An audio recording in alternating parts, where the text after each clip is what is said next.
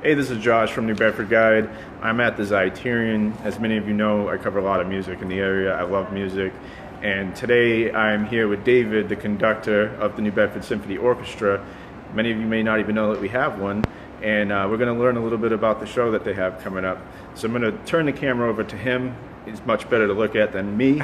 And we're going to find out a little bit about the show. Hey, David, how are you today? Good, Josh. All right, so you're not from around here. What is your impression of New Bedford so far? Yeah, well, how can you tell I'm not from around here? Do you really know that?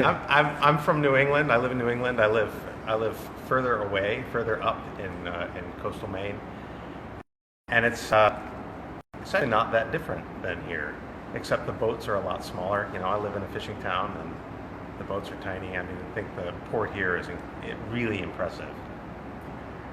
So, what do you think of the New Bedford Symphony Orchestra?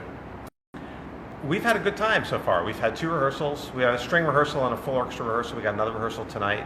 It's always great to meet new musicians, and it's always great to play really spectacular music. And that's what this week is all about.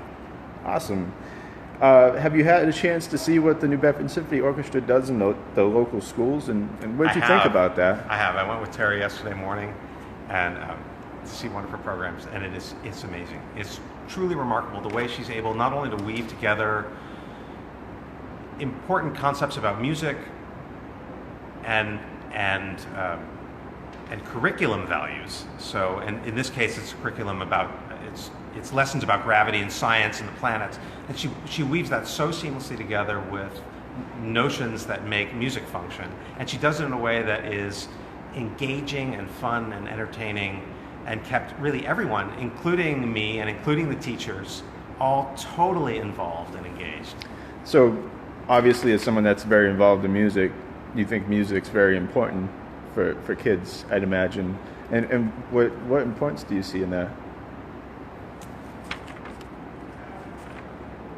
Well, look, I think music is important not just for kids, but for everybody. Mm-hmm. I think that you broaden that a little bit further. I think the arts are important for everybody. I think that being in touch with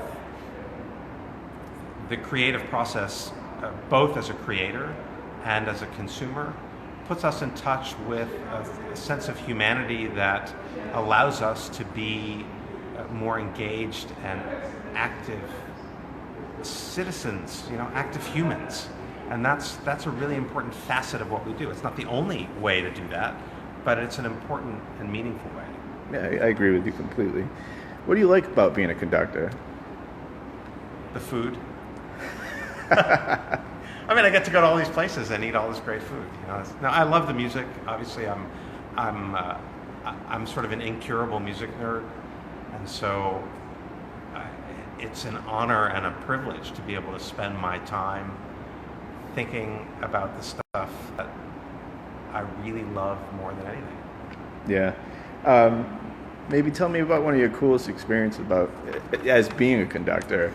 I'm sure that's not food related. That's not food related. Yeah, okay. I think probably one of the most memorable experiences that I had was going to conduct the Los Angeles Philharmonic at the Hollywood Bowl. Wow. And first of all, it's the LA Phil, right? So that's awesome. Yeah. Second of all, it was Chris Thiele playing, which was unbelievable.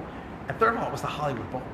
And that, I grew up with Bugs Bunny and all those cartoons where he's conducting at the Hollywood Bowl, and it was just spectacular. I don't know how many thousands of people were there. We did 2 shows, and the front of the bowl is filled with people at tables, all drunk.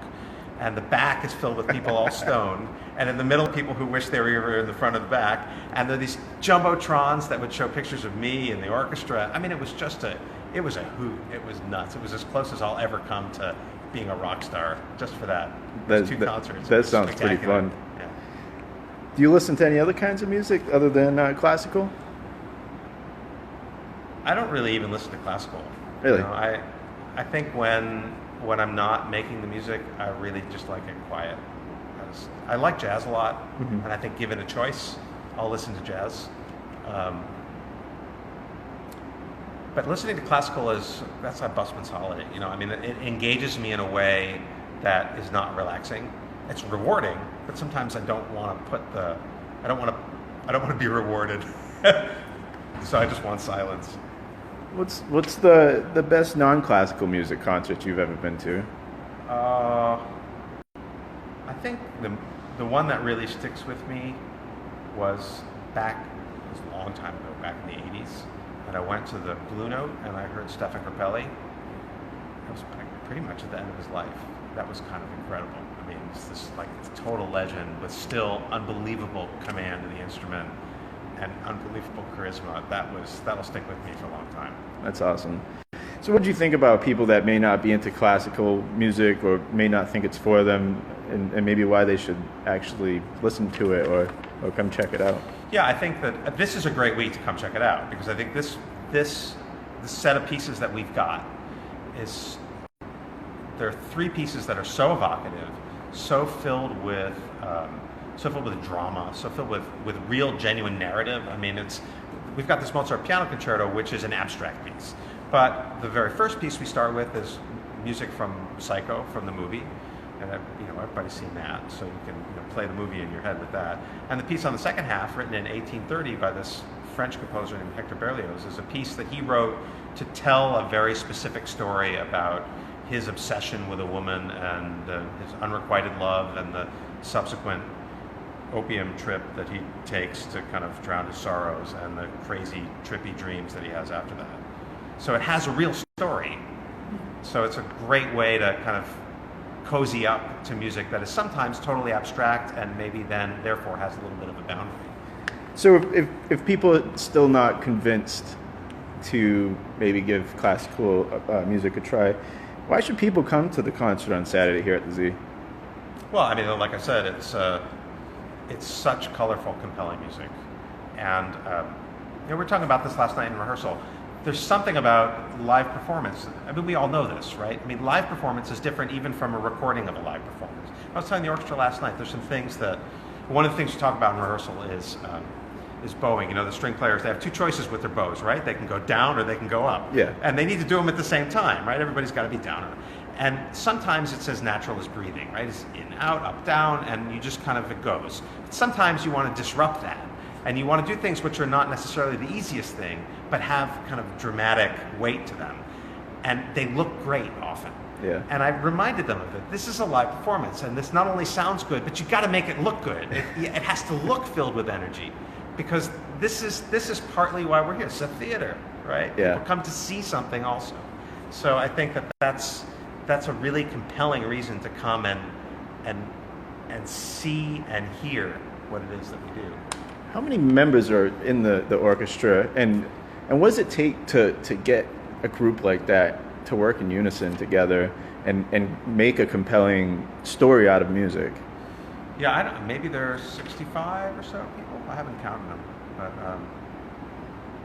that's a great question about sort of all being on the same page, and I think that ultimately is the job of the conductor, because I am the only one with the luxury of not having to make any sound. Everyone else has this apparatus attached to them, and which has all kinds of issues. You've got to play in tune, you've got to make the right sound, you've got to make it the right volume, you've got to listen to everybody. I mean, and then you have to make the noise. Yeah. I don't have to make any noise, so I'm free from those technical constraints. So my responsibility then is to figure out how to put all this stuff into a broader context, how to kind of direct the show, and allow it to unfold in a way that makes some kind of dramatic and narrative sense. I'm curious, as a conductor, do you see music or hear music differently than the average person? I would imagine that there'd be some kind of like a visual aspect to it for you. Maybe. I don't know. I think that everybody hears differently. I know that I'm very harmonic oriented. Like I don't hear counterpoint as well as I'd like to, and I work on that a lot. And so I hear chords. So I hear vertical sonorities rather than simultaneous horizontal things. And I have synesthesia, which is cool. So I sometimes see noises, That's what I figured most conductors kind of see noise. But I don't see pitch and music. Okay. So like nothing happens unless like the gong falls over, then I don't see anything. But if there's a noise, like a bang or a crash, I'll see a like pattern of flashing white light. That's interesting. So, yeah. And I thought everybody had that until probably 15 years ago, because I would be at night, I'd be, half asleep, and there'd be a thunderstorm, and I couldn't tell whether I heard something or saw something. And I'd ask my wife, she's like, "What? You're nuts." I got to ask you one more question when it comes to being a composer. How does one get into it? How does being interested in music bring you to wanting to compose it? And even more so on that, how do you learn the motions of conducting? Right. Okay. So I started out. I'm from a musical family. Okay. So music was just. My mom was a professional musician. Her whole family were professional. So it was just kind of what we did as kids, among other things. And I was a pianist at a very early age. And I think that I became interested in more than just the physical part of playing. And my dad's a theoretical physicist. So really? there was this sense of kind of intellectual exploration that came from him, and the sense of music and all the things that music means from my mom. And I think that they just sort of coalesced into conducting. I mean, it's a nice blend of intellectual pursuit and scholarship and the kind of just raw, visceral performance part. Absolutely. And I think there was a time when I didn't know. I was a pianist and I graduated as a pianist, and I didn't know what I was going to do. What do you do with a piano degree? I went to a good school, but I was not pianist number 1 or 2 or 3. And how much room is there in this world for pianist number 15? Yes. So I thought about getting a doctorate, pursuing real kind of academic music. And I thought about pursuing conducting, and it was a coin toss.